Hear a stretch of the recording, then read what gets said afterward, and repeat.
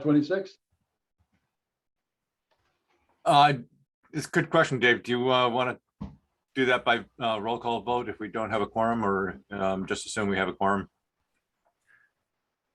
And is it germane? I mean, I'm willing to move that we accept the minutes as written, but I don't know how you want to deal with that voting issue. Yeah, I would say we just move forward and I don't think we don't need a quorum. yeah. So okay, so the approval of the minutes is, I move that we accept them. all right, second, I can second it. okay. All in favor? we have to do, I guess, technically a roll call vote. You want to do a roll call? We may as well. What did you need, Jennifer? Won't take long. Yeah, and then we'll call that our introductions. Yes. Since we skipped that part too. Well, two with one here. Yeah. So I'm going to start with the folks on Zoom in order that I have Peter written down. So Peter Coffin. Yes. All right. Jennifer Hale. Yes. Richard McDermott. Yes, sir. All right. Eric Eby. Yes. Tim White. Yes. Danya Siegley. Yes. And Lucy St. John. Abstain. Abstain.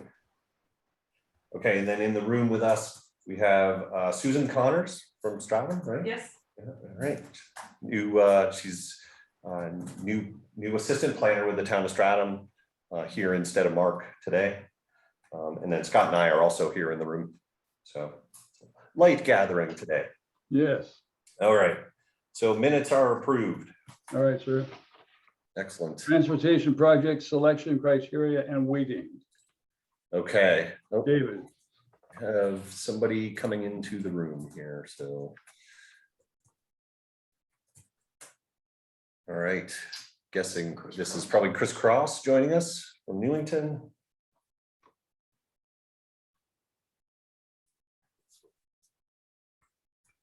So, okay, so I am going to share my screen. It's making me. It's going to take me just a moment because Microsoft Office is being difficult today. Is Chris joining us, David? Yeah, Chris, I think Chris Cross has joined us. Somebody listed as Chris, but they're muted, so I can't I can't say exactly who it is. My expectation is it's Chris Cross. Nobody watch, I'm typing in my password. Yeah, he didn't have his sailing theme song coming.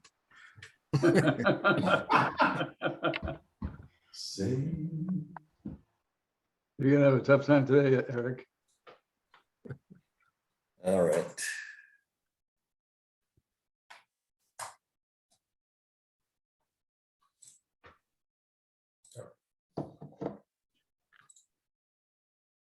Lucy, how's the weather out there? Actually, right here in Concord or out in San Francisco?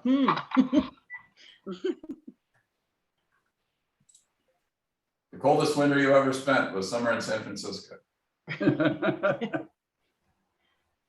Okay, so let's see. Both the small and large are on there, David. There you go. There we go. All right. Okay, so this is following up to last month's discussion, TAC discussion, and the work that everybody did in the interim, helping with filling out the survey. So I'm just going to sort of go through that process a little bit and the process that I use to calculate the weights for the various project selection criteria, and give you the sort of where we're at. So so the criteria weighting process, and we talked about this last month. We have 8 categories of criteria: safety, state of repair, equity and accessibility, network significance, natural hazard resilience, mobility, support, economic development. The total of all those needs to add up to 100% of the score for each project. And so we establish a percent weight for each of those. Those also will vary to some degree, depending on whether we're talking about local scale projects, regional scale projects, or interregional scale projects. I did round all the numbers off to the nearest whole percentages where that was feasible. So then within each of those categories, there are 2 or 3 criteria that also will total up to 100% within that. And those percentages will stay the same across the 3 scales. I will note that there was a glitch in the survey, and some people's data did not get input. And I tracked down, I think, everybody who had that issue and got their information sort of manually and have entered that in. And so the numbers that you were sent via email at the end of last week, I'm going to show numbers that are slightly different than last week, because it's got 4 or 5 more people providing their input on those numbers. But I'm going to show you how everything is changing. So it's not going to be completely blind to you. So basically utilize the survey responses to calculate a weighted scoring or a percent weight for each criteria. And the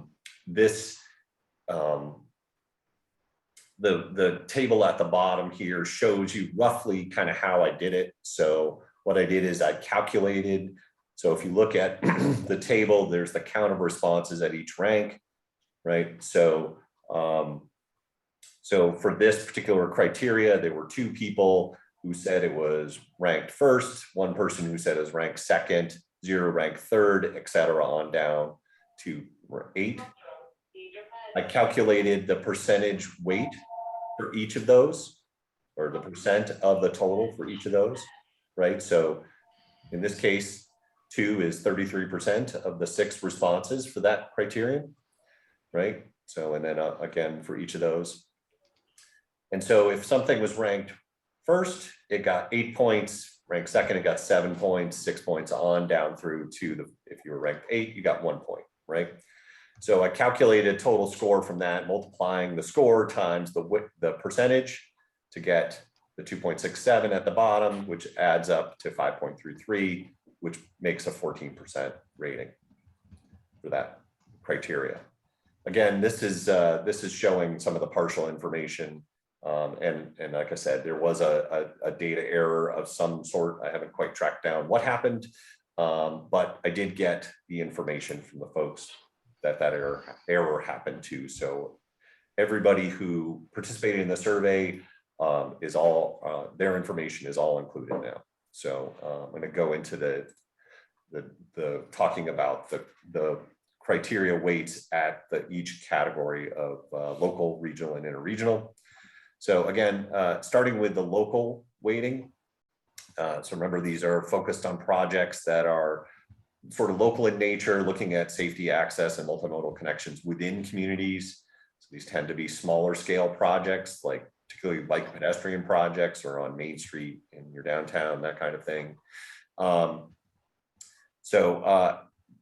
The weightings came out as following, and what you're seeing here on the screen is first, so you have the category on the left side of the table, the percent weight for each in the center, and then on the right side is the percentage change that's different from what was sent out to you last week. So for instance, safety is shown as a 19% of the project weight, of the scoring weight. And that is a 2% change increase from what was sent out to you last week.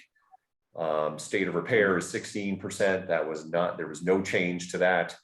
Equity and accessibility, or accessibility and equity, depending on which page I'm on, I seem to flip those around. That is 16% also, and that is a 2% increase from the memo that you saw last week. Network significance is at 11%, that is down 2%. Natural hazards is 10%, that is down 2%. Mobility and support are both at 9%, and that's a down 2% for mobility, and a +1 for support. And then economic development is at 10%, and so that's +2% from where we were last week. Although those don't add up, I see on my pluses and minuses, so I must have messed up somewhere there. So it should be +6 and -6, and it looks like I've got +7 and -6. So somewhere there I messed up in my percentages. So I will look into that, but roughly this is what it is. I think the numbers themselves are right. It's whether the plus or minuses or might be off slightly. Could be just rounding. And I am rounding, everything is rounded to a whole percentage, just for ease. In some cases, in order to get it to add up to 100, if something was like 16.5, instead of rounding up to 17, I had to round down to 16 in a couple of cases for that, so that it would add to 100 instead of 101, that kind of thing. So at the regional scale, again, these are really looking at projects that are connections between communities and activity centers, job centers, that kind of thing. Looking at more projects that are typically on state highways or regional scale transit, connections between communities, that kind of thing. So in this case, safety is going to be worth 17%, which is 2% more than what was sent out last week. Looks like my numbers add up this time. Oh, no, they don't. Gosh darn it. It's the support. Yeah. Well, in the last one, support was 9, so it should have stayed at 0. Yeah, yes, you're right. Yep, that's where I messed up on this. So thank you for noticing that. So safety is +2 at 17%, network significance and state of repair are both at 15%. And that's at a 1% increase for each of those. Accessibility and equity is at 13%, which is no change from what was sent out last week.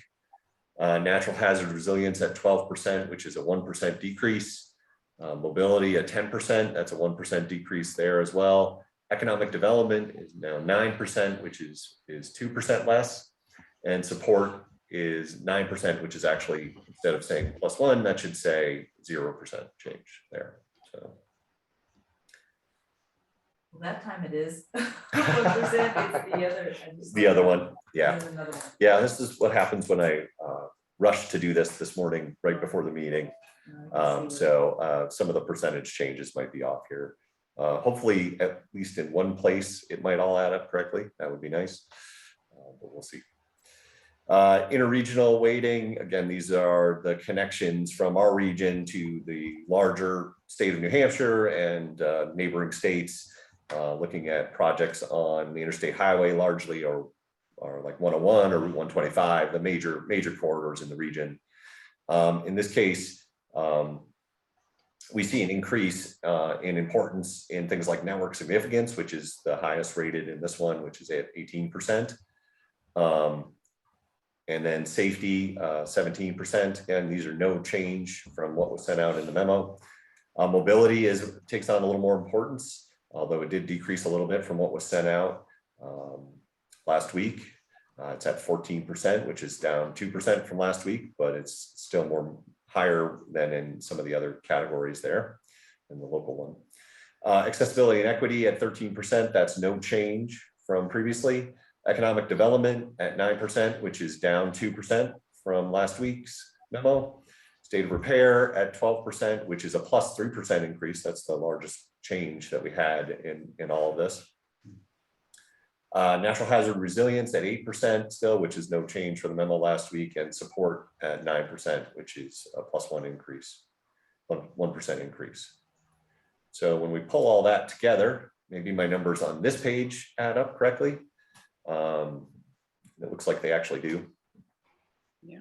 So this is sort of the breakdown with the changes that I made and everything all together. So interesting sort of take on things. We do have a good bit of difference between the local, the regional, and interregional, more so than I think last round, which is good to see. So any questions so far on these?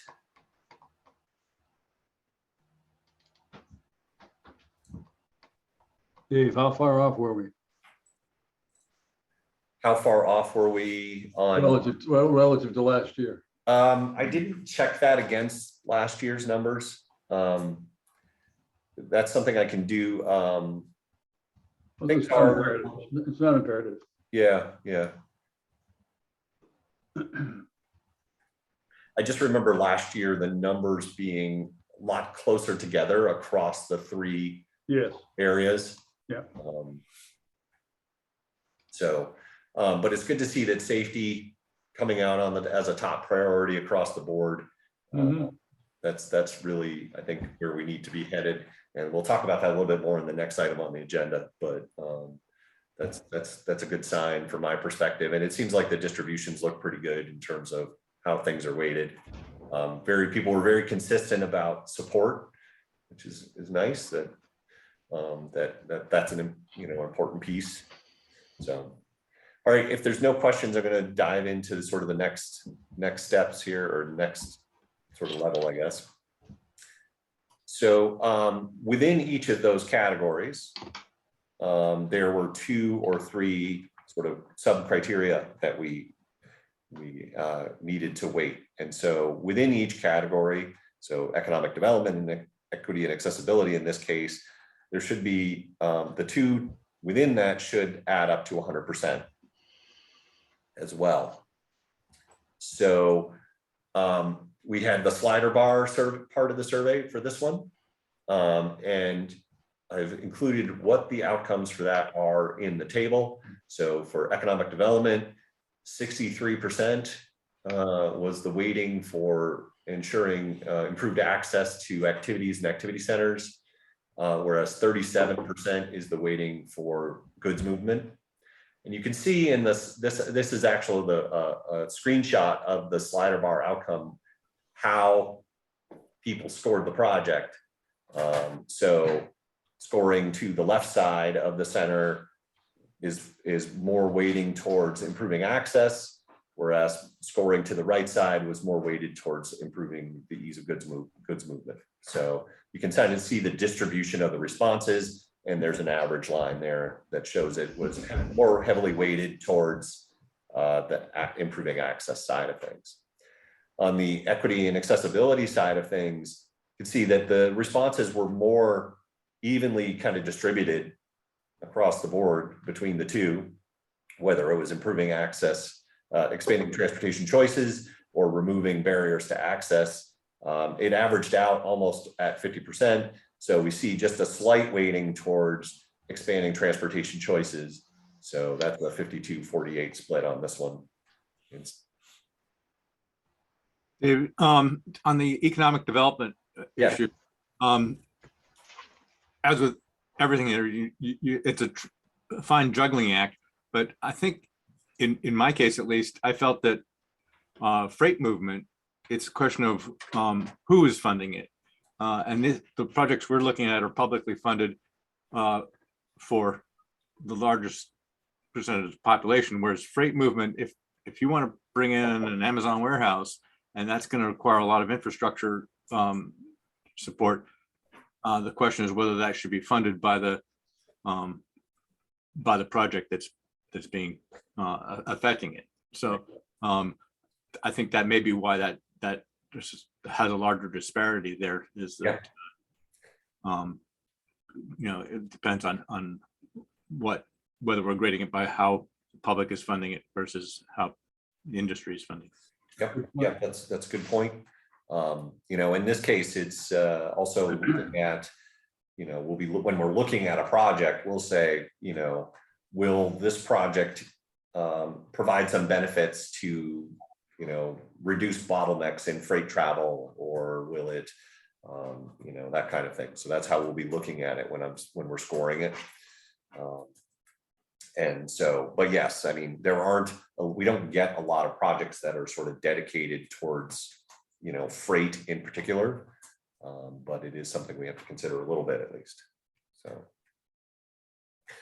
okay, so the next two criteria we're going to look at are mobility and natural hazard resiliency.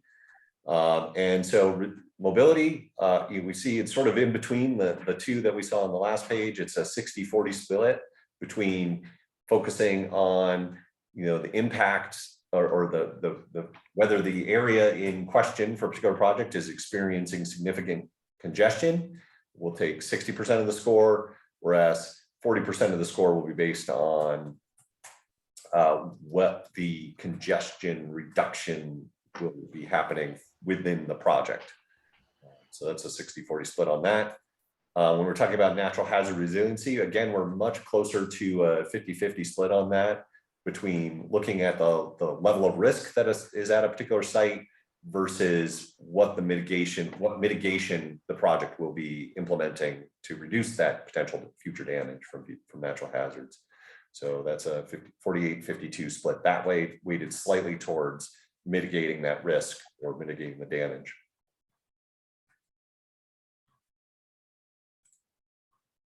On this page, I've got 3 criteria categories: network significance, safety, and state of repair. Starting at the top with network significance, this is a 41-59 split, weighted 41% towards looking at the volume of traffic at the location. So we'll be looking at average annualized daily traffic at the site to use that as scoring. And then this 59% of the score will be based on the importance of the route to the transportation network, which will be somewhat based on functional classification, but it'll also be based on sort of general knowledge of the transportation network and how important a particular roadway is to the region. When we're looking at safety, this was slightly closer to an even split. Safety performance. So that safety performance is 42% of the score versus safety measures, which is 58. Safety performance is looking at the crash history over the last 5 years at a particular site and seeing what's been occurring at the site for crashes, particularly we'll be looking at fatality and serious injury crashes. But we'll probably try to look at all crashes if we can. And then the safety measures being proposed will be the bulk of the score there. So what are the benefits of the improvements for safety? And finally, on this page, looking at state of repair, this is split between what is the current condition of the infrastructure versus does it reduce maintenance expenses going forward. And so this is slightly weighted towards the current infrastructure condition, and we'll be using the data we'll be using for this is we have access to the NHDOT's bridge condition database that we're using for the bridge side of the equation. And for roadways, we have pavement conditions on all the state highways. So we'll be using that pavement condition. I forget what that number is called, or what is it, roughness index or something along those lines that we'll be using for that information. Maintenance requirements, we'll be looking at it if it's for instance, if it's a bridge replacement, that certainly reduces future maintenance requirements versus a rehabilitation, which is, sort of a relative short-term fix compared to a replacement, which would require further rehab in the future, that kind of thing. And we'll try to incorporate that as best as we can. The final criterion category is the support category, and this one is slightly different in that it has three criterion rather than 2. So we look at local support, regional support, and whether the project is sort of a newly identified critical need. And so I have to do a little bit of math to merge those 3 together, because it's not just an even 50-50 split between 2 things. So when we look at whether the project was a community priority or whether it's more of a regional priority, the weight came down more on the side of being a regional priority. When we compared whether it was a community priority to whether it was addressing a critical need, it came down slightly on the side of addressing a newly identified critical need. And when we compared whether the project supported the regional vision and had regional support versus a newly identified sort of critical need, it came down slightly on the side of regional support. And so when you do the math for those and weight everything, came out with 39% of the score for support would be based on supporting from the region. 33% will be based on whether it's a newly identified critical need. And then 28% will be based on local support for the project. So when we pull everything together, this is kind of what it looks like. With the eight categories and the criteria within each of those categories, and then the split between the local, the regional, and the interregional. So this is kind of our proposed criteria weights for this round of the 10-year plan. Anybody have any questions or comments so far? It doesn't look like you've missed anything. No, I think I got everything on this one. Although it is entirely possible that I didn't. So yeah, so these are what we're proposing for our criteria weights. Any questions, folks? Forever hold your peace. Yeah. So I mean, we do have, I mean, I can move forward here. So we'll be utilizing these to prioritize projects for the state 10-year plan.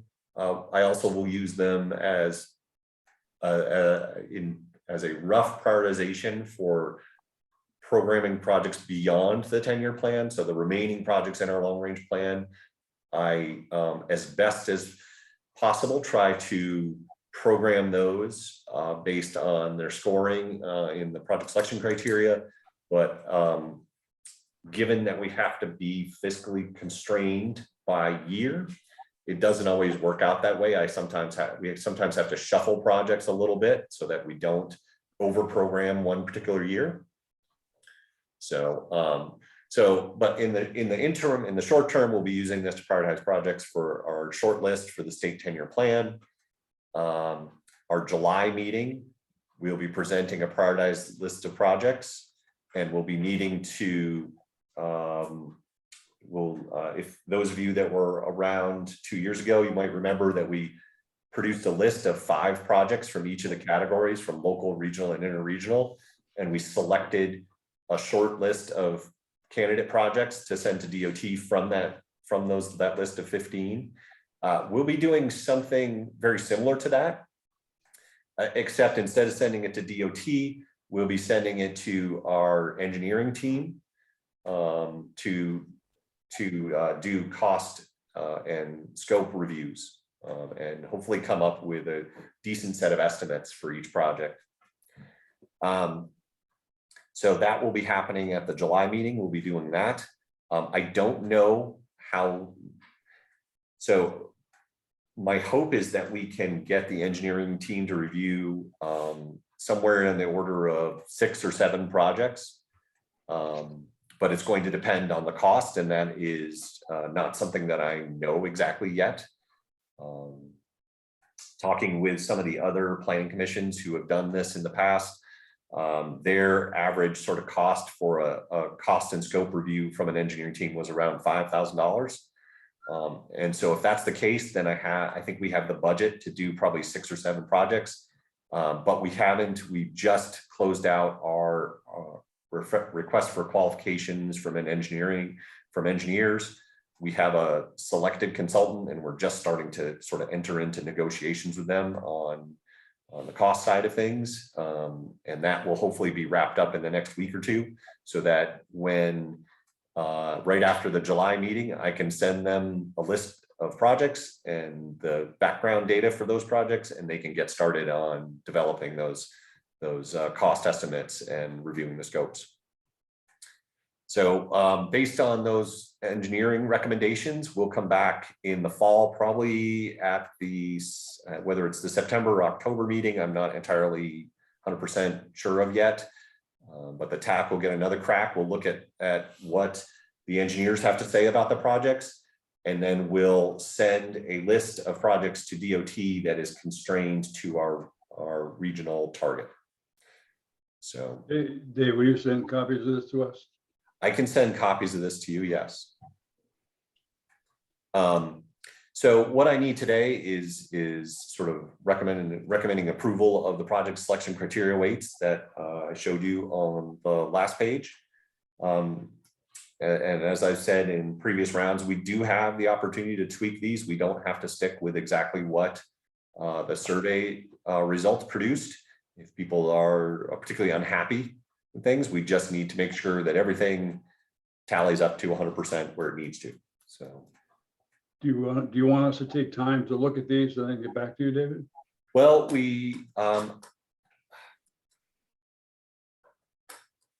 For adjustments. yeah, I don't know that we can, because between July 15th, before our next meeting, Oh, that's right. we're going to need to score projects. Yeah. So Okay. we kind of need a decision today. Yeah, because it closes out the 16th. Yes, the things close out on the 15th or the 16th. I can't remember which day I said exactly. And then between that day and the end, the TAC meeting, which I believe is, I want to say the 28th. 28th. We'll be scoring projects here internally, and I'll present a draft shortlist to you at the July meeting. And all of that kind of jazz that we did 2 years ago. Do I hear a motion to accept that as presented? I will in a second, Rich. Just want to make a comment that I've always had the reservations about the way we do this, and that certain projects that I feel are very disparate from the like bridge repair or the critical needs projects of the whole transportation network are very, very different than, for example, providing senior mobility for rural areas. I really feel that because that's just one of 8 categories, that we'll never get that weighted enough to get those projects through. We have in the past, and I just would like to have some avenue for projects like that or bike projects, whatever, to be able to survive in this environment and not just fail because they can never get enough of a weighted average to take consideration. And I know it's an ongoing project that the RPC is working on and everybody, but I wish there was a way of not excluding certain categories just because the safety issue is always going to be the heaviest weighted issue, and that's never going to appear on, for example, local mobility issues, senior mobility issues, or whatever. So, other than that, that's something we can work on long term. But I'm willing to make a motion that we accept what we've got as so that we can continue to move on and make decisions. But I just like that. Let's see if David, do you want to address it, David? Yeah, I mean, I can. I think, yeah, I agree, Peter, that transit in particular is kind of left behind a little bit in these. RAD has talked about, for instance, that they need a new maintenance facility, and he talked about that to us at a meeting a couple months ago. Yeah. That project will never score well according to these criteria because it doesn't tick off many of the boxes, although it's a real critical need for coast to function as a whole. And that's always a challenge. And the second piece of the challenge that we have is that, primarily this prioritization is for the state 10-year plan, which is state. I mean, it doesn't say it explicitly, but it is essentially the state highway plan. Yeah, and that's how, when we look at it, we're voting, I think, is that we just, I like to see stuff come in there about community priorities and things, but because it's only one of 20 subcategories, projects like that, and I know the issue came up in Hampton and in some other smaller towns that their projects will never happen because they're not big enough. Yeah. I mean, I think splitting the way that we categorize the projects into local projects, regional projects, and interregional the goal I always have in this is, my goal is that I hope we can fund one project at least from each of those categories. So it Right. does give that opportunity for a local bike and pedestrian project, which I think we've been very successful at getting bike and ped Rail projects trail, yeah. funded. My hope is that we can always get at least one project from each of those categories funded. That isn't always the case. Last round, we picked one project because it took the whole budget. The round before that, we had, I think, 5 projects funded. So, we'll see what floats to the top this time, and what the options are. We'll see what new projects come in that are addressing important needs, and we'll see how it comes out. But yeah, The end result is that while we do weighting is a good way of categorizing it, the RPC as a whole, RPC, but the commissioners as a whole select what they want based on voting, and you can bring these other issues forward. Yeah. And the scoring criteria really just gets us the short list. Yeah. Because we never have enough funding to get all of our top priorities done. And so, we need to make a decision about what's the best package to put forward from that short list. And, what are the projects that are most likely to be successful? What are the ones that provide the best benefits? But we also look at things like, do we have a reasonable geographic distribution of projects, or are the projects all focused in one area? Those kinds of things we want to also look at too, to make sure that everybody in the region feels like they are participating in this, and that they have a shot at getting a project. So, and then I think the other piece of this is that almost every project we put forward gets some points in each of those categories, in each of those criterion. It may not be a lot in some cases, but there are, projects that provide, for instance, like you mentioned, senior mobility projects, that kind of thing. There are safety benefits to that. There are accessibility and equity benefits to those kinds of things as well. So those can score reasonably well. It just depends really on what the mix of projects is at any given time as to how well it'll score. So, Yeah, I think that's one of the challenges with the new coast facility, is that it's not itself a service. It supports all of their service, but as a facility, it doesn't, it in and of itself doesn't necessarily expand access for seniors who live in a rural community. So there need to be sort of a creative interpretation, I guess, if that were to come forward in this. Well, if coast can't maintain their vehicles, then the mobility decreases. Yeah, exactly. So yeah, it has, you can draw a line. Yeah. All right, I'll move the weighted averages as shown on the tables. Do I have a second before we say anything else? I'll second. All right, thank you, Danya. Done seconded. Yes. All in favor? Well, we got to do the roll call again. Oh, that's right, the roll call. I know. It's Go a ahead, check. David. All right, I'm going to start with the folks on the screen again. So Peter Coffin. Yes. All right, Jennifer Hale. Yes. All right, thank you, Jennifer. Richard McDermott, Yes, sir. Eric Eby. Yes. All right, Tim White. Did we lose Tim? He left us. Okay, we lost him. All right. Danya. Yeah. All right. Lucy. I abstain. Abstain. And then Chris Cross. Yes.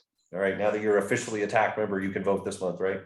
And officially got my technical issues worked out. Yes. Right. Thank you. Oh, here's Tim back with us. All right, and then Susan as the voting person from Stratham today.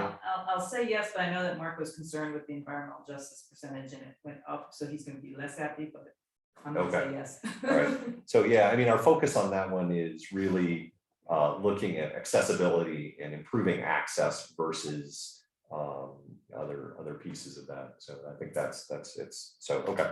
All right, so we've got, that's everybody approved. Tim, did you want to we were voting on the Numbers. project selection criteria as I presented them today.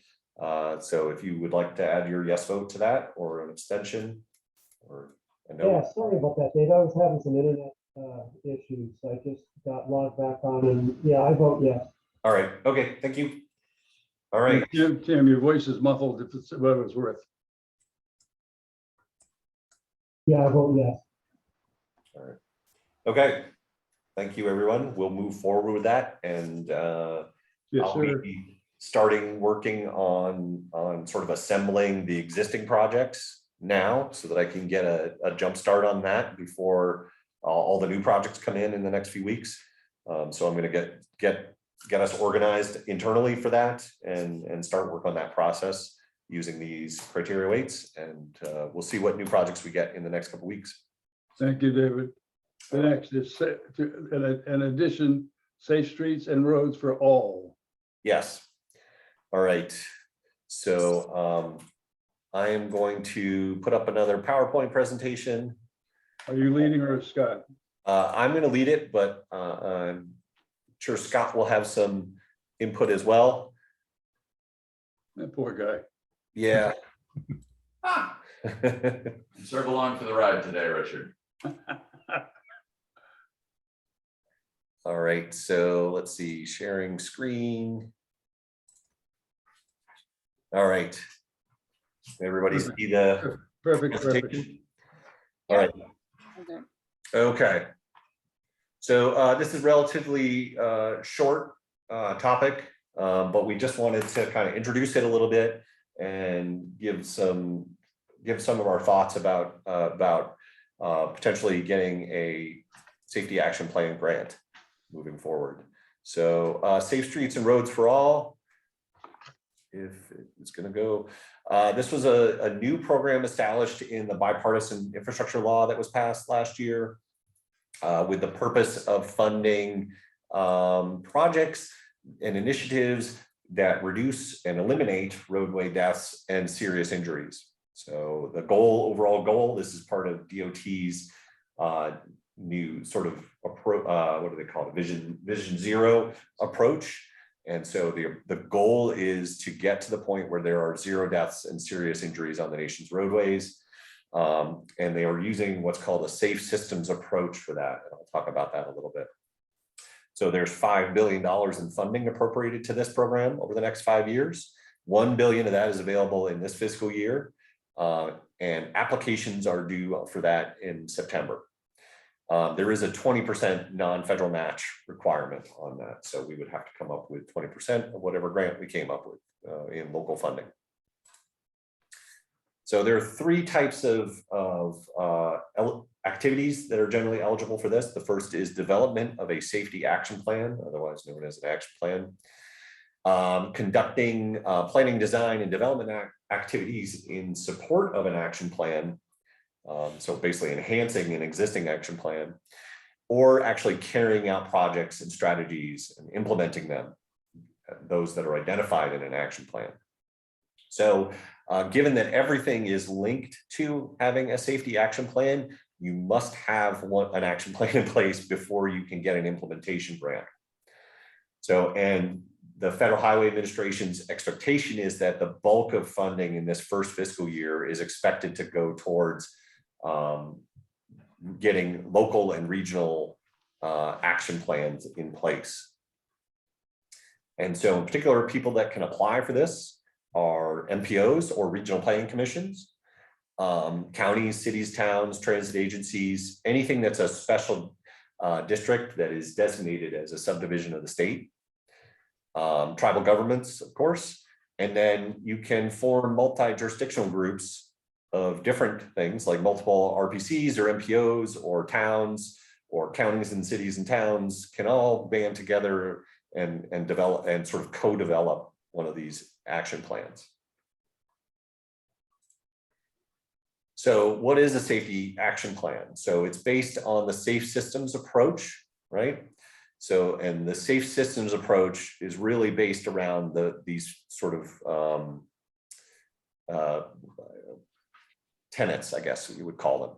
So the tenet that death and serious injuries are unacceptable. So it prioritizes eliminating those types of crashes. Understanding that humans make mistakes. So you design the system to accommodate those types of mistakes, while at the same time avoiding serious injuries and fatalities. Recognizing that humans are vulnerable, and that we need to design a system that keeps that in mind and is human-centric, and so that accounts for those vulnerabilities. That responsibilities are shared between all stakeholders in terms of preventing those fatal and serious injuries. So it's not just on enforcement, it's not just on the DOT's engineering teams, it's everybody from the individual person on up. Safety is proactive in this, in that we're looking at trying to look ahead at how can we prevent these types of crashes rather than reacting to the existing crashes that are already happening.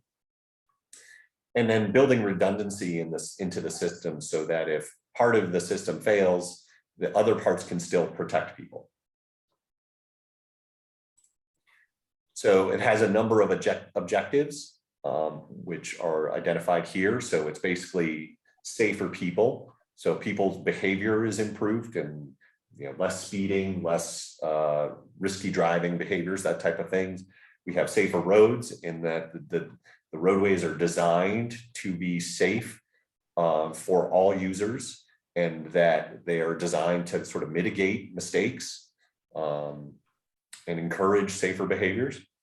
That we have safer vehicles, so that when there is a crash, people are better protected, as well as people who are not in the vehicle are better protected. That there are safer speeds, so promoting basically people slowing down everywhere.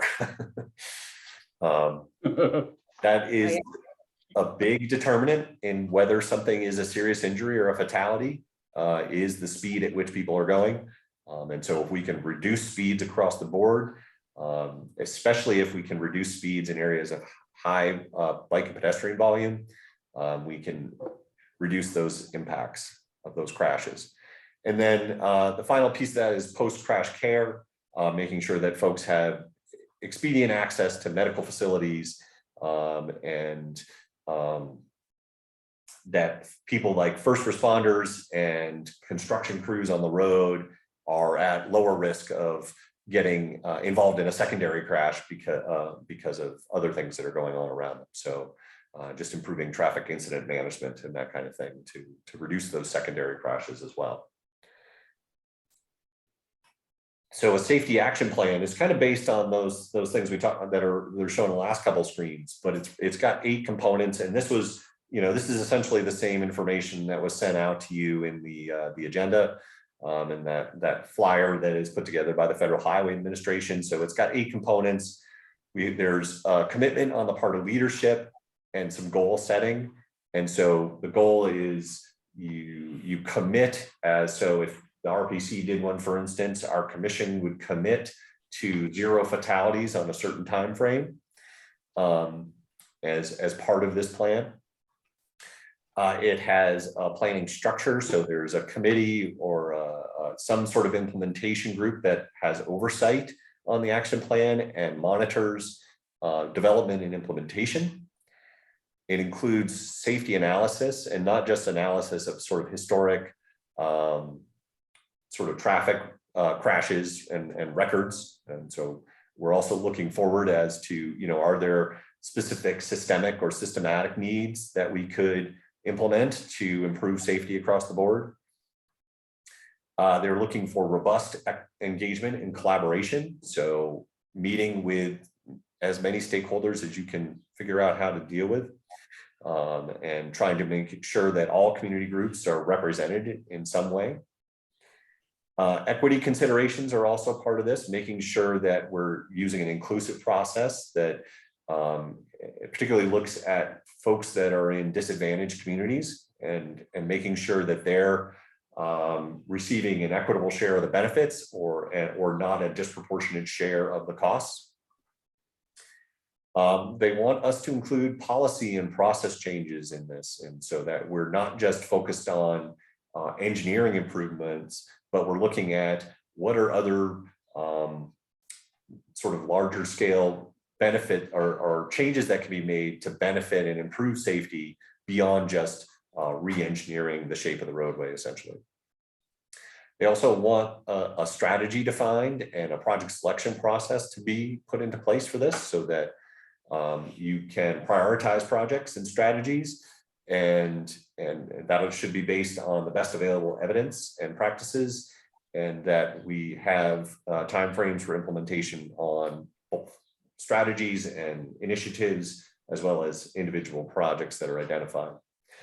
And through all this, they want to make sure that we've got ways to transparently measure progress and report back to the general public and our leadership as to what sort of progress we're making on reducing fatalities and serious injuries. So any questions so far as to what this program is about and what a safety action plan is? Pretty thorough. Yes. Yeah, I'm sorry, I didn't mean to cut you, Richard. I understand what the program is about, and I understand, all the goals, but it seems a little contradictory to our safety annual safety goals setting, because when you say that we need to commit to 0 fatalities, nobody's believes that the federal highway system is going to, or any highway system is going to have 0 fatalities. And when we do our safety goal setting standards, we always use a reasonable standard of a goal to achieve, setting reasonable goals. And this seems to be contradictory. I mean, they got a lot of buzzwords in about inclusiveness of the program and everything else, but is that a reasonable standard or goal to set, and why doesn't, how does it contradict our goal setting standards? Yeah, and that is something that is, I think, a challenge to sort of implement a little bit.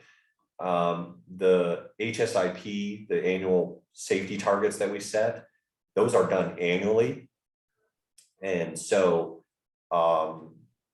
DOT tends to take a very sort of measured approach to that based on current trends.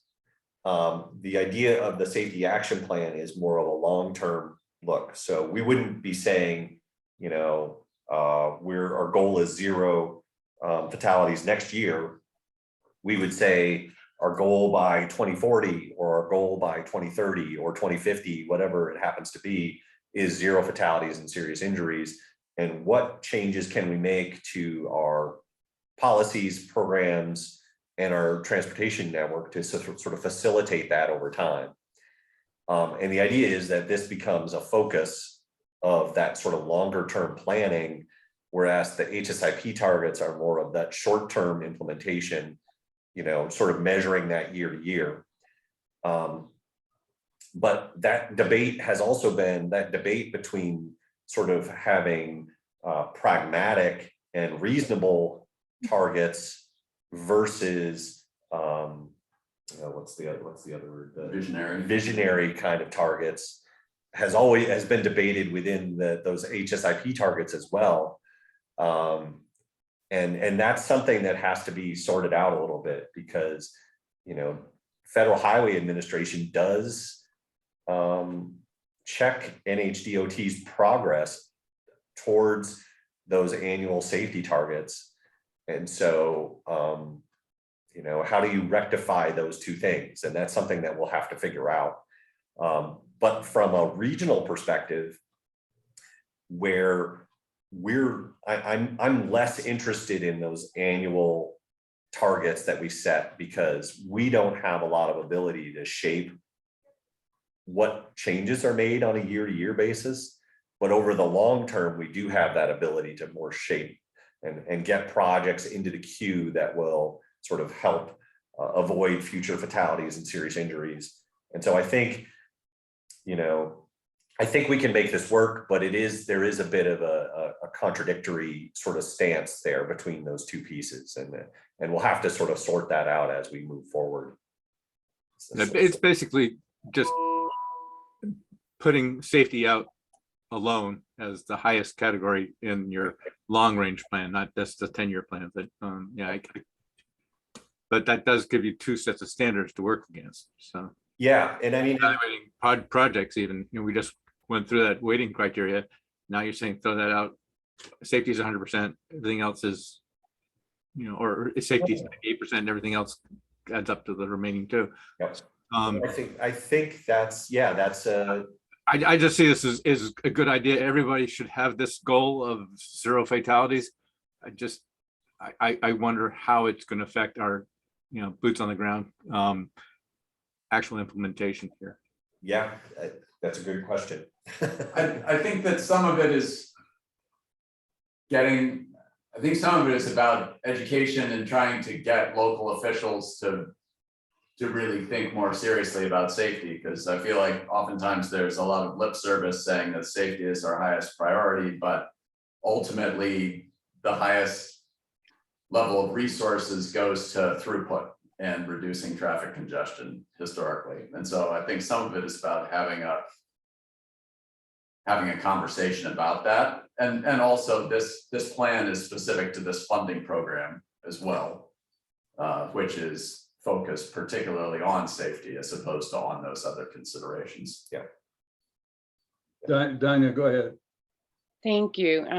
And Peter, thank you for your comments.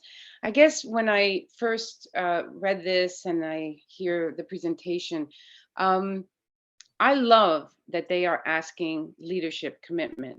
And I love the fact that they're tying it to funding. And if I were in their shoes, I would do exactly that, because many times as it relates to safety, we stand behind and we work very hard, especially as you mentioned, the annual targets that we place, but it doesn't become a public statement per se. And when you have someone who actually has the ability, like our leadership, to be able to implement things over a period of time, I think the operational word in this particular commitment is about eventual goal. I mean, as long as there is a plan to achieve, and who wouldn't want to have 0 fatalities, frankly, but I do love the fact that that official public commitment is being asked of the governing body with a hopefully well thought out program that would lead you to, hopefully, that would be a wonderful thing if we didn't have roadways, but in the same action component, or for the safety action plan, they're also saying that we have to take into account that there's multiple stakeholders. So that's the other caveat. It's not just our governing, the governing group, the body that's making the commitment, but also there's other stakeholders that have to make somewhat similar commitments, but that's not being asked of everyone. Anyway, just my 5 cents. Yeah, thank you. Interjection, if I may, for the town of Hampton Falls. For my first term as selectman, I was the selectman's rep at the firemen's monthly meeting. The very first thing that they brought up was, the safety officer, brought up was what happened that week or that day of the accidents, the fatalities, et cetera, et cetera. So they addressed that situation, but they talked about safety for almost an hour and a half relative to the fire department function. Yeah. Yeah, exactly. It's a question of leadership. Yeah. Safety doesn't get you reelected. Getting people to work on time does, and people sitting in steaming, getting in standstill traffic, they're the ones who call up their representatives and complain. Yeah, correct. So, yeah, I can see that's a leadership versus reelection thing. Absolutely. Yep. Anybody else? Okay. Moving along here. Yeah, I'm going to move forward. I've got a couple more slides here. Go ahead. So we're considering applying for a safety action plan grant. We have been talking with the other metropolitan planning organizations in the state about doing a joint grant between the 4 of us. We've also been thinking about joint application with interested communities. And, we're still working on the sort of the very high level details at this point of that and how that might work. And we're basically trying to gauge interest that's out there. We would likely try to do this as a consultant-led process, just given our limited staff time that we have available. The timeframe that the Federal Highway Administration has put out there is that proposals are due September 15th. They'll be making decisions over the winter, and then they're expecting that contracts would be in place sort of within 12 months of making that decision. Theoretically, if everything aligns nicely, we could actually, if we got one of these grants, potentially start next summer at the start of our next fiscal year. Not this one that's coming up, but the one following. But what we're trying to do at this point is, well, let me just talk about how the action plans are, those grants are being judged or scored. They're looking at total crash fatalities for the last 5 years, or actually 2016 to 2020, which is at this point our last 5 years data. The fatality rate per 100,000 population, and the percentage of our population in underserved communities, as well as they are looking for a narrative that includes, a lot of those different types of things that I've got listed there, looking at low cost, high impact strategies, sort of broadly inclusive public engagement, looking at towards innovative technologies and strategies that will try to improve things, and then focusing on projects that are and strategies that there's evidence are beneficial. And they also look at the budget that's being proposed for this. So, I guess, I think the scope of the plan is pretty straightforward. We're trying to think about how much this might actually cost to do. And we're having some conversations with the other regional planning commissions and others about that. At this point, we're at the stage of trying to gauge community interest in this. Our community is interested in participating in this. Our community is interested in applying for implementation grants eventually, because if we do a plan for our region, that means any of our communities are now eligible to apply for an implementation grant. So that provides a benefit directly to those communities, but it's not clear that all of our communities are interested in applying for those grants or think they would even have a chance at any of those grants. So we're trying to gauge that. Yeah. We also need to figure out how to provide a match for this. Federal Highway Administration threw out a number of $200,000 for developing one of these plans, which is, it's not a minimum, it's not an expected amount. They were just thinking that this seems like a reasonable amount for one of these, developing one of these action plans, which would be a $40,000 in matching funds that we would need to come up with to do that. And so we've talked about, can we get, $1,500 or $2,000 from each of our towns to facilitate that?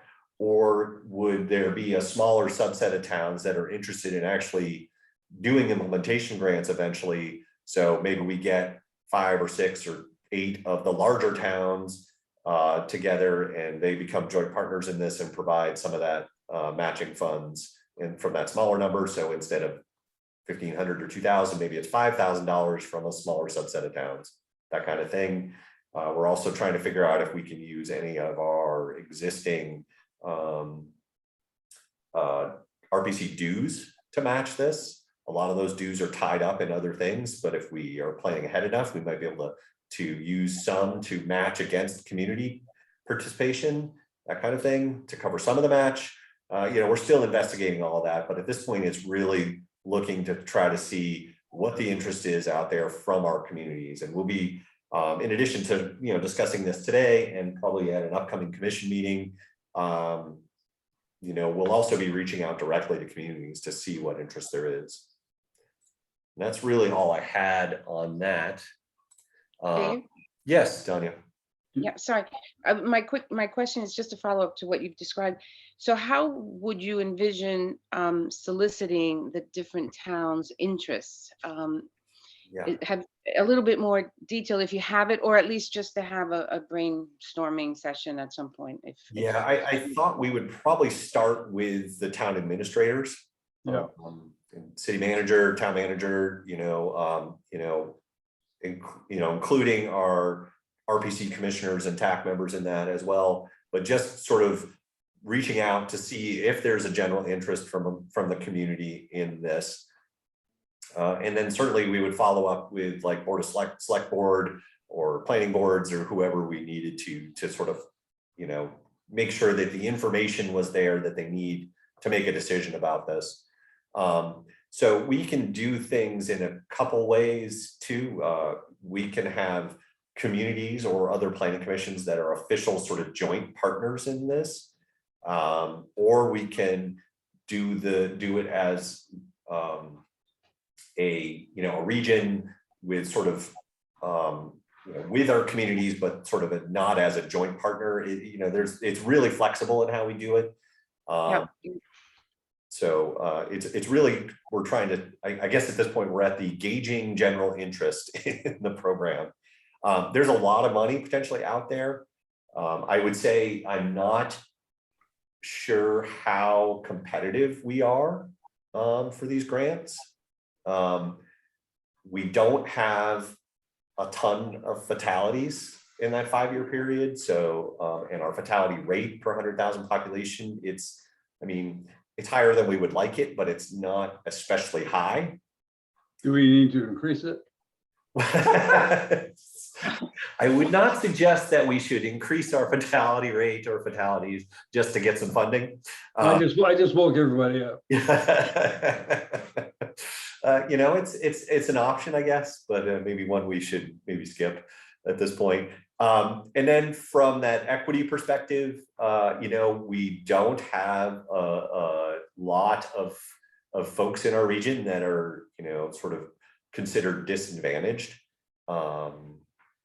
Question, David. We're a fairly wealthy, fairly homogeneous region. And so we don't have, a lot of those folks that are either economically disadvantaged or racially disadvantaged or whatever. They're, new immigrants, so, that's the way Federal Highways described how they're looking at it is they'll look at the number of fatalities, the rate of fatalities, and the percent of disadvantaged communities. And if you are sort of above the bar for one of those categories, you'll get funded. But I'm not sure if we'll be above the bar in any of those categories because our numbers are very low across the board, which in terms of fatalities and fatality rate, that's a good thing. David? Yes, Richard. Do you need anybody from commissioners to start to help you at the outset? I think, it would be helpful if folks could talk with their town administrator or town manager, city manager about this as a starting point. If you happen to be on the select board or on the planning board, bringing it up as an opportunity that we might be able to pursue and just sort of gauging interest. We'll be probably after the 4th of July, sort of middle of July timeframe, we'll probably be reaching out more directly. But if TAC members want to sort of take a lead on this and start having those conversations, that will only help us. So I think that's a good start. To those criteria that Dave was talking about, particularly with regard to vulnerable populations, it might really advantage us to partner with the other 3 MPOs in that those other 3 MPOs do have larger and more racially diverse populations, larger populations in poverty, particularly in certain census blocks in Manchester and Nashua and in Rochester, say. And also, a 4 MPO multi-regional effort would probably be somewhat novel relative to the other applications that they'd be seeing. So that might be an advantage as well. Right. Yeah. It seems like there's definite interest in Manchester area. I haven't heard what level of interest there is from Nashua. Stratford said that if there was a multi-MPO proposal, they would potentially be willing to be a lead agency on that. Yep. So that was one of the hurdles, is if we tried to do this as the 4 MPOs, which one had the bandwidth to take on kind of being the project lead. If we were just trying to do it in the RPC region, it might become a question of which towns really have an interest in pursuing these funds, you know, and is that mostly the towns that have significant sidewalk networks now, thinking of, say, Portsmouth and Salem and Hampton and Exeter, maybe a couple of others. Those towns also, if you look at the census tract level, do have some lower income census tracts that stand out from the region as a whole. So as Dave said, I think our next step is, one, gauging interest and how that interest might translate into potential match, and then talking with a couple of consultants to try to ballpark the cost of putting one of these together, what economies of scale could be achieved by doing a multi-regional plan, so that we have a sense of what the budget ultimately is and therefore how much match we need. Good point. Any other questions? Going, gone. Okay, all right, well, thank you. That's helpful. Project updates. All right, those of you that are in the room have access to the project updates memo. I will send that out after the meeting. You know, what time are we at? It's 10:15, so we're doing all right on time. If we can go through some of these if you want, or we can just send the memo along to folks. You can just send it to us. Okay. I'll Yeah, send if there are any major highlights or something you want to express Yeah. now, would be a good time to brief us, but Yeah. Good point, Peter. Okay, let me look through. Did you have anything, Scott, that you wanted to highlight from that? I can just say on Age-Friendly Communities Initiative, we've had pretty good response on the survey in the 6 communities we're working with. We only just fielded Hampton's survey a week and a half, 2 weeks ago, but they've had pretty good response thus far. But across the 6 communities, we've had about 1,350 responses. We're pushing to get first drafts of the assessment reports done for 4 of the 6 communities. I think by the end of June, we can probably get done and then revise those over the summer. Portsmouth and Hampton, those assessment reports probably won't happen until later summer or early fall. For the coordinated plans, we're close to finishing up on the coordinated public transit human service transportation plan for the greater Manchester, Derry, Salem region that we're working on jointly with Southern New Hampshire Planning Commission. And Colin and I are really just getting going with the update to the coordination plan for the ACT region, i.e. Stratford Regional Planning Commission's towns and the eastern part of the RPC region.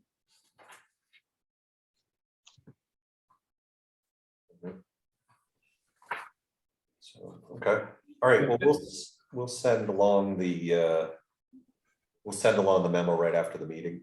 Danya has a question. Yes, thank you. Just quick question. Scott, did you have any responses from Rye? Rye actually wasn't one of the first assessment communities in the first year. For year 1, we've been working with Exeter, Fremont, Hampton, Hampstead, Portsmouth, and Stratham. But this summer we'll be soliciting for communities for year 2. I think we're going to do 4 more assessments.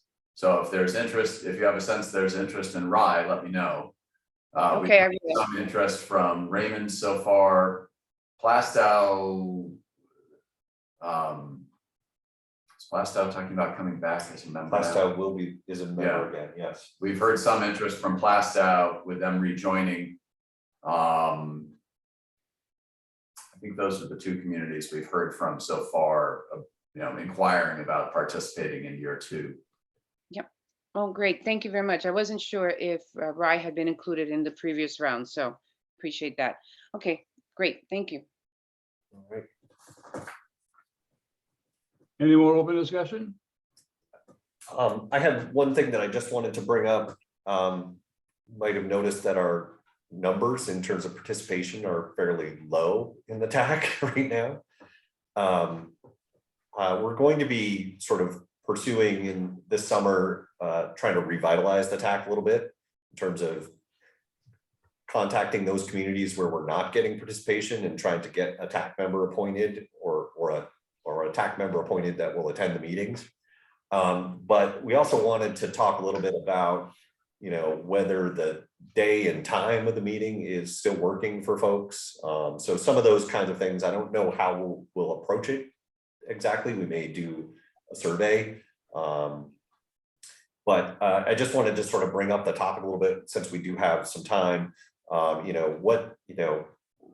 Thinking about if you could, things that you think would be helpful to improve the TAC meetings and make them more pertinent and interesting for folks who are on the committee, whether it's bringing in outside speakers or different topics you'd like to see covered. A lot of what we have to do is kind of,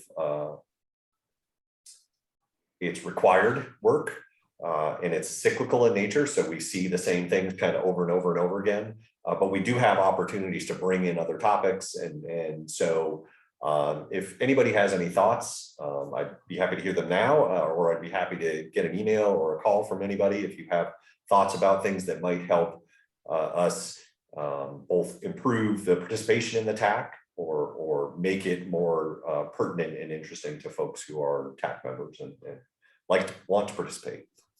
Cut the time down by a half an hour or make it earlier? Yeah. We can talk about those things and trying to keep our agendas to an hour and a half instead of 2 hours. Yeah.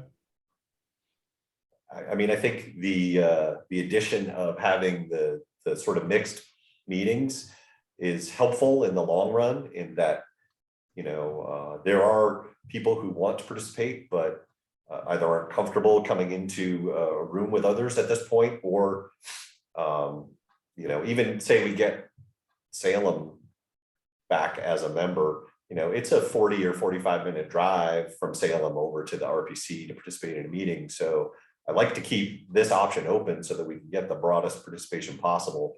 But that does create some issues on the, on the technical side of things in terms of having quorums in place and that kind of thing. But I think we're better served by having the participation. Donuts and coffee would be good. Donuts and coffee would be good. Hey, I'm all for that. David, if I may. Yes. Go ahead, Daniel. Thank you, sorry. I was under the impression that, and because I'm probably one of the newer,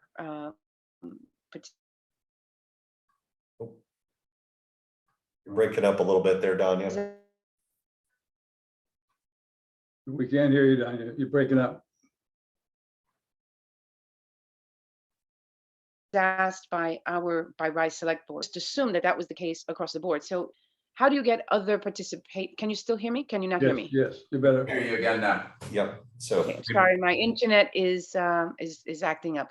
How do you get other towns to participate? I just assumed, maybe wrongly, that all the towns should have or must have had a participant representing the towns to the RPC. yeah, I mean, It's every a son of town, a bitch to try to get somebody to attend. yeah. I mean, we have some communities where there's somebody who's been appointed and they never come to the meeting. We have other communities where there's just not anybody appointed. And we're gonna sort of go a little bit methodically through that this summer and look at, okay, who's been coming to the meetings from what towns, where do we have somebody who's appointed who hasn't been coming, where do we not have anybody appointed? And there are a few communities that there's nobody appointed. And so we just need to, it's sort of basically like trying to drum up interest. And we've had some staff turnover in a couple of communities and the new, the new planner hasn't sort of come on board as a TAC member, that kind of thing. So we're just we're going to be going through that and trying to build our participation back up to where it used to be. We have difficulty getting alternates as well. Yep, alternates are challenging, and you know, and not all communities have alternates, and that's okay. You know, with the TAC being an advisory committee, most everything we do, we get a recommendation from you all and take that to the full commission for approval. So we're not super concerned about it, because we know that the full commission is going to get a look at everything that we're doing. Yep. But you know, this is an opportunity to get interested folks, professionals from communities, if there are town planners involved, in, you know, or somebody from public works involved who, you know, generally aren't in the commission, you know, on the full commission. So we get a lot of different voices at the TAC level, and I want to try to expand that as best we can. And we also have to take into consideration what position they have in their town, because they may not be able to come Yep. all the time. Yep. You know, there's a lot of talent in our towns, and I think part of the problem is that there's lack of visibility around the TAC. What exactly is this TAC? And I get that question asked a lot, and I think that if there was some way to just elevate your visibility within the different towns, whether it be through Nextdoor, through a Facebook page, a town's Facebook page, whatever. Yep. I think you might, and you seek out folks that would be keenly interested in what you do in an advisory capacity. And once a month is not a big ask, really, and maybe the time that it takes to prepare for the once a month meeting, but maybe just giving yourselves a little bit more visibility, and it's good How stuff. about one page? Yeah. Yeah. For starters. Yeah. We typically in the past, when we've asked community for TAC members, we have a letter, like a form letter that we send out that says, here's what the TAC does. And here's who, you know, here's who other communities have appointed, you know, somebody from public works or somebody from planning, you know, or an interested party who's, you know, is interested in helping out, you know, those kinds of things. And I think we'll be trying to work on the sort of marketing side of it as part of what we do this summer. So those are good ideas. And if I may just add one more thing, And that's it. make it, if I may, make it fun. I mean, the Rails to Trails projects that is a big plus, and I think communities like those kinds of projects. And if you highlight those more adventurous types of things that you do work on, that could also be a hook, if you will. All right. Yeah, Scott Page did, didn't he? So highlight more of Scott's fun projects and less of my work. No, we have to do something fun for you today. Yeah. Scott, you got to spread your money around, Scott. Yeah. No, I think that is, I mean, a lot of what the TAC has to do is kind of rote cyclical work. And it gets boring and it gets redundant, and figuring out ways to keep that interesting, or maybe have it take less time.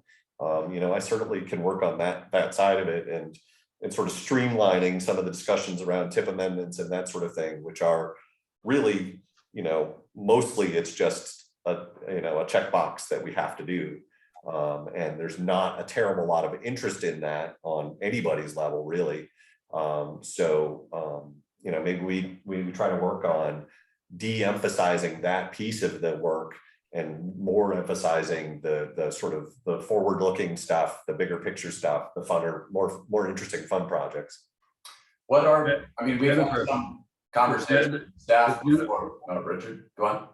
I just wanted to know if Jennifer has anybody in her office who'd like to join her.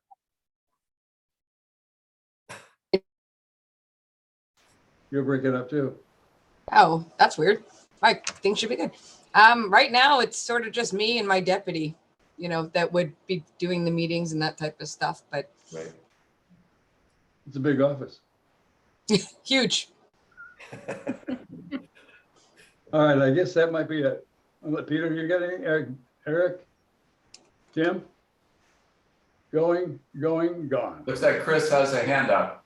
Oh, Chris, Yes, thanks, Richard, and thanks, Scott. I just wanted to say that one thing I've found is, as a TAC member, or public acting as a TAC member, that getting on the schedule of the selectmen to every other month to kind of talk about some of the things that are happening and the opportunities, keeps them apprised of what's available, and they tend to show some interest and end up aligning with some of the things that we're doing a little bit, particularly if there's a project like a decade ago, the Spalding Turnpike had an expansion through Newington, and there was big interest, and then we got a lot of involvement, then almost a daily, not daily, monthly report that they wanted on status and things that are happening in the community. And so that's one way I think a TAP member can raise visibility. Every so often, just schedule a chance to go in and talk with a selectman in your town or a council in a larger city like Salem. So that's all I want to say. and the planning board too, Chris. Yes, same thing there. That's fine. Don, are you back? No, I was just trying to say that Dave and I in the past have done some brainstorming about, what would be interesting topics to get a speaker on. At one point, somebody had a question about autonomous vehicles and what are the implications of that for the road network. We've had, a few years ago, we had somebody come in and talk about roundabouts. Tim has, and folks from DES have come in and talked about electric vehicles, but give some thought to, topics like that, sort of future of the transportation system, things that would interest you. One advantage now of doing these as hybrid meetings is, in theory, we could get a speaker from, MIT or Victoria Transportation Policy, the speakers doing interesting stuff that don't have to be in New Hampshire and might be willing to hop on for 20 minutes or half an hour and do a presentation for us, or maybe get a DOT project manager to give us an update on the Ocean Boulevard project or on some sort of high profile project in the region. So there are more opportunities kind of for education stuff and just, thinking about broader aspects of the transportation system. Scott, Dave, a segue to Chris's comment. What Andy and I do is give copies of our information to the planning board and the select board. And as a result of doing that, the aggregation was one of the topics that came up. Right now, we're at the point where we say $5,000. It wouldn't have done that if they didn't listen to us. Right. Yep. Yeah, that communication between our commissioners and TAC members and their boards is important. Is an important piece of this. So yeah. So, okay, well, yeah, I guess just be thinking about these things, and we'll be reaching out again and trying to come up with I don't know if we'll do a survey or something along those lines, but we'll certainly be reaching out to communities who haven't been participating. But we also want to hear from those of you that have been participating and about what you'd like to see and talk about and that kind of thing. So, all right. Okay. Chris, did you have another question, or is your hand is still up? Okay, no. Okay. Do I hear it? I think you can. You can do it without a motion. I like doing it, Peter, so be quiet. Okay, I'll move it to be adjourned. Thank you very much. All right, thank you, everyone. Have a good day. Thank you. Have a good everyone. weekend. Good day, everyone. Have a good one. All right, thank you. Take care. Bye, Well, have a folks. good holiday. Yes. Same.